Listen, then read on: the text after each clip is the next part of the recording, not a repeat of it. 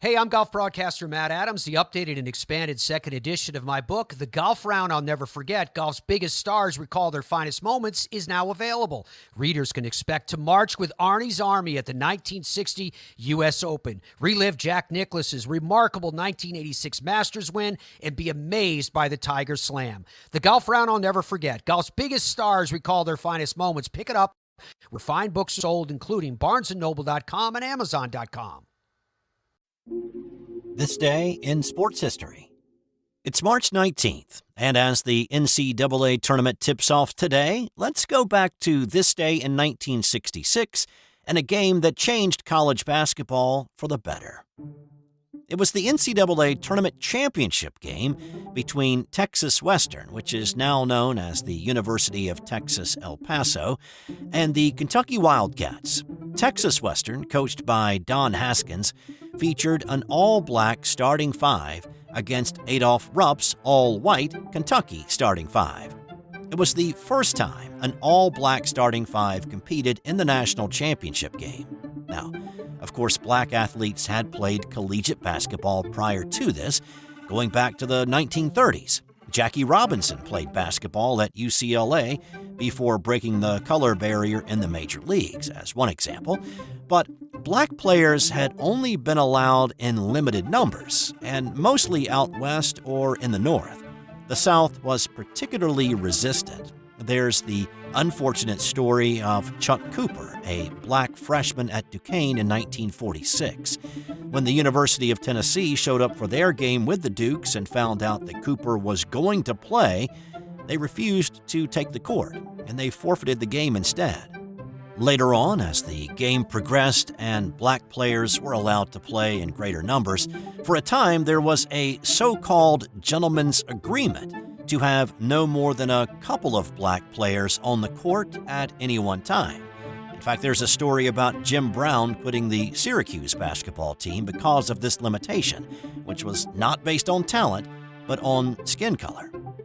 Loyola Chicago pushed the envelope in 1963, starting 4 black players and winning the national title against Cincinnati. That kick-started more recruitment of black players for sure, with leagues like the ACC and teams like Duke adding C.B. Claiborne to the roster in 1965. North Carolina recruited Charlie Scott in 1966, Norwood Todman going to Wake Forest in 1966. Even in Kentucky, Western Kentucky had recruited 2 black players to play for the Hilltoppers in 1963.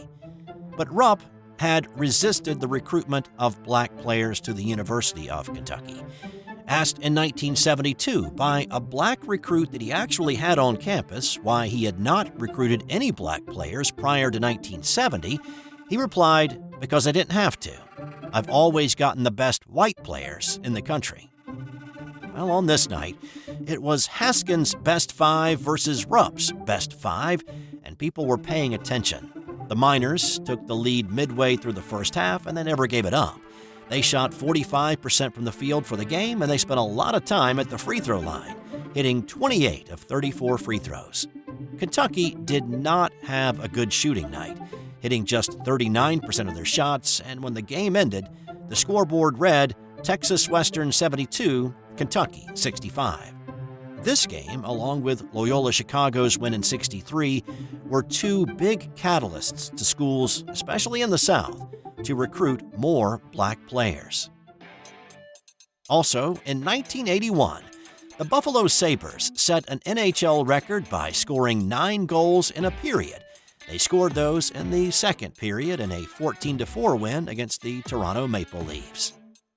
In 1991, the NFL pulled Super Bowl 27 out of Phoenix after controversy built to a fever pitch over the state of Arizona's refusal to recognize Martin Luther King Jr.'s birthday as a paid holiday. In 1990, the people of Arizona voted down Proposition 301 that would have made MLK Day a holiday. Backlash soon followed. The NFL gave the rights to Super Bowl 27 to the city of Pasadena, California instead. Arizona put the proposition back on the ballot in 1992, and it passed. And in 1995, Michael Jordan returned to the basketball court for the first time in a year and a half after his hiatus to play professional baseball. On this night, the Chicago Bulls were playing the Indiana Pacers on the road. Jordan, wearing number 45 instead of his usual 23, showed signs of rust, hitting just 7 of his 28 shots. He missed all 4 of his three-point attempts, but he did play 43 minutes. The Pacers spoiled his return with a 103-96 win. However, this game drew eyeballs. An estimated 35 million people tuned in to watch MJ's return to the game, which is the most watched regular season NBA game and is second only to Game 6 of the '98 NBA Finals between Jordan's Bulls and the Utah Jazz for the most watched game in NBA history. Of course, that game versus the Jazz was his last game before his second retirement. In today's non-sports Did You Know? A living cat was once transformed temporarily into a telephone. That experiment eventually led to cochlear implants. That's all for today. More tomorrow on This Day in Sports History. This has been an original Thrive Suite production. Hey there, sports history fan.